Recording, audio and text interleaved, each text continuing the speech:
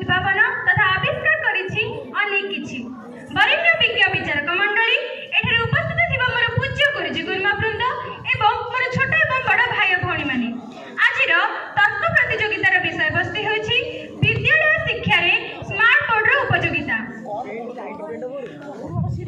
विद्यालय एही जेपरि हमर विद्यालय शिक्षा को अधिक उन्नत करिछि एही स्मार्ट बोर्ड एवं भारत वर्षर तथा पृथ्वीर अनेक सुजोग संस्थानक द्वारा उद्भावन करा जाइछि एही स्मार्ट बोर्ड को।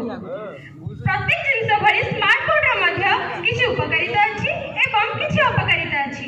प्रथमे हम जानिबा स्मार्ट बोर्ड रो उपकारिता कोन। स्मार्ट बोर्ड हेउछि आम पई कामधेनु।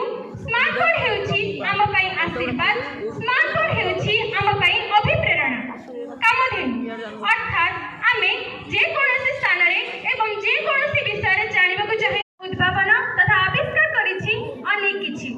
वरिष्ठ विज्ञ विचारक मंडली एठारे उपस्थित थिबा मोर पूज्य गुरुजी गुरुमावृंद एवं मोर छोट एवं बड़ भाई भौणी माने आजिर तर्क प्रतियोगितार विषय वस्तु हेउछि विद्यालय शिक्षा रे स्मार्ट बोर्ड रो उपयोगिता।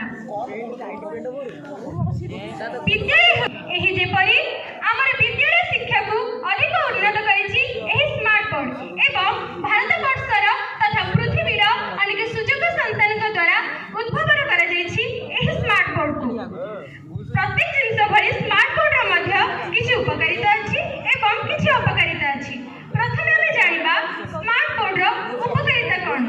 स्मार्ट बोर्ड हेउछि आम पई कामधेनु। स्मार्ट बोर्ड हेउछि आम पई आशीर्वाद।